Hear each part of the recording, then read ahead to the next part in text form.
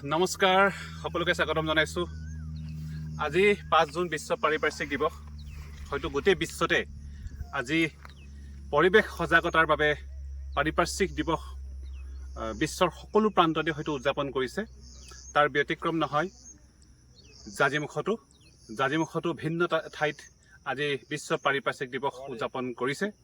জাজিমুখৰ প্ৰকৃতিবিদ Lalit tight ডাঙৰীয়াৰ 16 বছৰীয়া সাধনাৰ ফচল, কষ্টৰ ফচল বালিমাহী অৰণ্যত। আৰু বালিমাহী অৰণ্যলৈ ইতিমধ্যে আমি দেখা পাইছোঁ নাৱেৰে প্ৰায় 6000 পুলি নাৱেৰে লৈ যোৱা আমি দেখা পাইছোঁ। আপোনালোকক দেখুৱাম। আজিৰ দিনটোতে জুবিন গাৰ্গৰ সোঁৱৰণত জুবিন গাৰ্গ উদ্যান ইয়াত মুকলি কৰা হ'ব কিছু সময়ৰ পিছতে।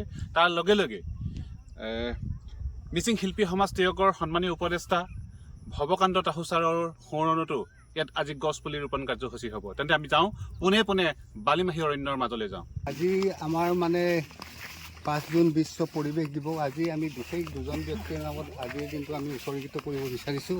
সেই দুগৰাকী ব্যক্তি হ'ল এগৰাকী একেবাৰে বিশ্ববিশ্ৰুত শিল্পী, আমাৰ সকলোৰে হিয়াৰ সামথু জুবিন গাৰ্গ ডাঙৰীয়া। তেখেতৰ মৃত্যুৰ 3 দিনৰ পাছত আমি ইয়াত এই জুবিন উদ্যান বুলি এখন উদ্যানৰ ৰচনা কৰি কেইজোপামান গছ ৰোপণ কৰিছিলোঁ। আজি আমি 100 জোপা নাহৰ গছেৰে তেখেতৰ এই উদ্যানখন আমি সজাই তুলিম। তাৰ পাছত সদ্য প্ৰয়াত আমাৰ সকলোৰে তিয়ক অঞ্চলৰ শিক্ষাসদী ব্যক্তি, শিক্ষক, সাংস্কৃতিক কৰ্মী আৰু সমাজপ্ৰিয় ব্যক্তি এজন আছিল আমাৰ স্বৰ্গীয় ভৱকান্ত তাহুচাৰ। তেখেতৰ নামতো আমি আজি বৃক্ষৰোপণ কৰি এই দুগৰাকী ব্যক্তিৰ নামতে আজি আমি 5 জুনৰ এই পৰিৱেশ দিৱসতে আমি উৎসৰ্গা কৰিম। হয়, কেনেকুৱা অনুভৱ? ভালেই লাগিছে আজি বিশ্ব পৰিৱেশ দিৱস। হয়, কিবা ক'ব? বহুত ভাল লাগিছে। হয়, আজি 16 বছৰ হ'ল কি কয় ইমান ধুনীয়া বালিমাহী অৰণ্যখন কৰিলে। আহোঁ বুলি সময় পোৱা নাছিলোঁ, এইবাৰ প্ৰথম আহিছোঁ, বিৰাট ভাল লাগিছে। কাপা Supuli lekol gudong ne? Supuli lekol gudong ngolo. Aida. Tahu ke okai dam malay ngolo bisa ko ibig dam okai nam dam. Manila puli lekol gudong. Aiko mo podak ngolo. কেনেকুৱা কি ক'ব? খুব ভাল লাগিছে। প্ৰতিটো বছৰতে 5 জুনত আমি কি এনেকৈ বালিমাহী চাপৰিত গছপুলি ৰোপণ কৰোঁ। হয় হয়, কিবা ক'ব? এইবাৰ প্ৰথম আহিছোঁ, ভাল লাগিছে বালিমাহী চুবুৰীত। আৰু গাঁওবাসীক ধন্যবাদ নিমন্ত্ৰণ জনোৱাৰ বাবে। হয় সঁচাই আদৰণীয় পদক্ষেপ। হয়, দলে ছাৰ হাতত গছ পুলি দেখা পাইছোঁ। হয়, প্ৰত্যেক বছৰে ইয়াত আহোঁ, এইবাৰো আহিছোঁ, যথেষ্ট ভাল লাগে প্ৰত্যেক বছৰে। এইবাৰো বহুত ভাল লাগিছে। হয়, আৰু এনেকৈ আগলৈও সহযোগ কৰি থাকিম। হয় হয়, কাপা মাপৰো হা চুপুলি বমাপ থাকব। আইদা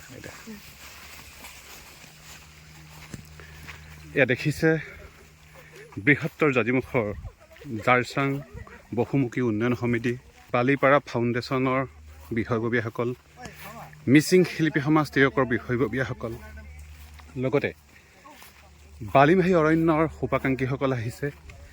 বৃহত্তৰ জাজিমুখৰ জপং গাঁৱৰ ৰাইজ ওলাই আহিছে। গতিকে সঁচাকৈ এটা ভাল লগা পৰিৱেশ। আচলতে এই পৰিৱেশ বিগত 16 বছৰে হৈ আহিছে এই বালিমাহী অৰণ্যত।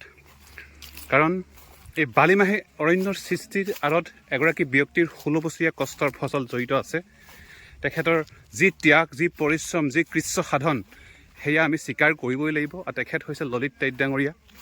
এই ললিত টাইট ডাঙৰীয়াৰ যি সপোনৰ চাপৰি, সপোনৰ অৰণ্য, সেই বালিমাহী অৰণ্যলৈ আজি দেখিছে আপোনালোকে ইয়াত জনসমুদ্ৰলৈ ৰূপান্তৰিত হৈছে।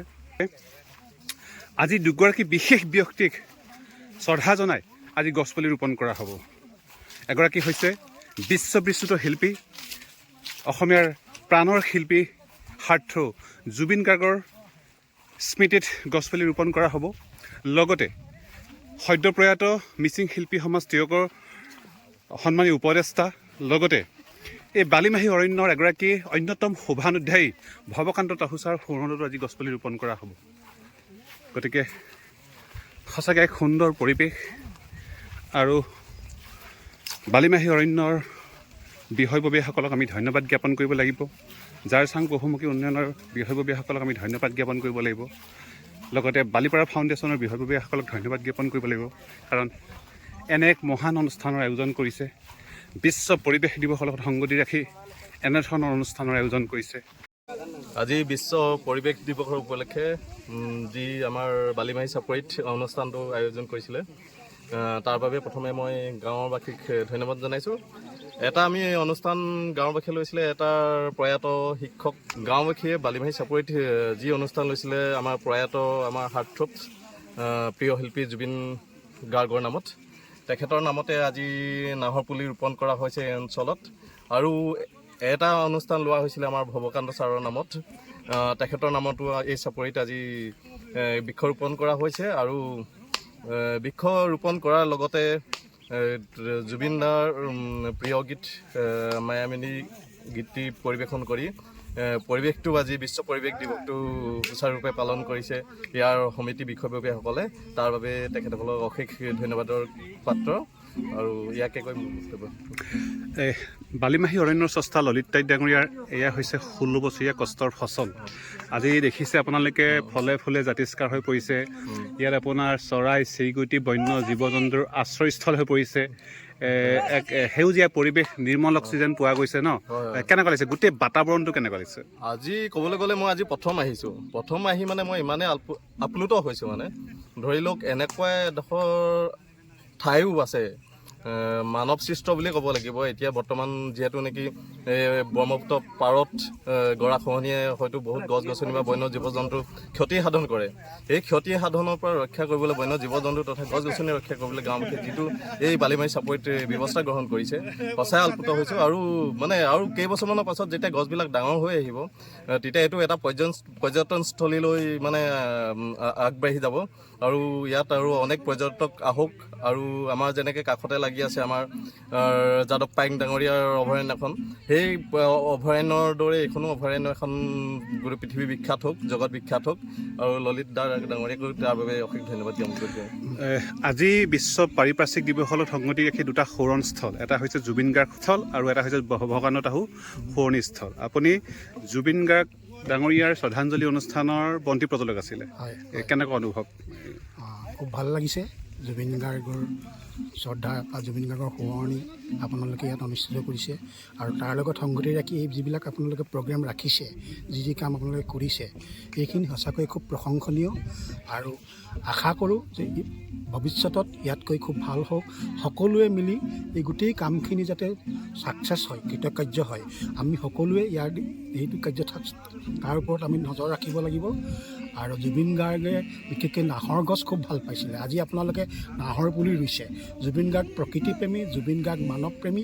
সকলোখিনি কথা জুবিন গাৰ্গৰ কথা কৈ অন্ত পেলাব নোৱাৰি। তেখেতক হাৰ্টথ্ৰব বুলি কয়, হিয়াৰামতি বুলি কয়।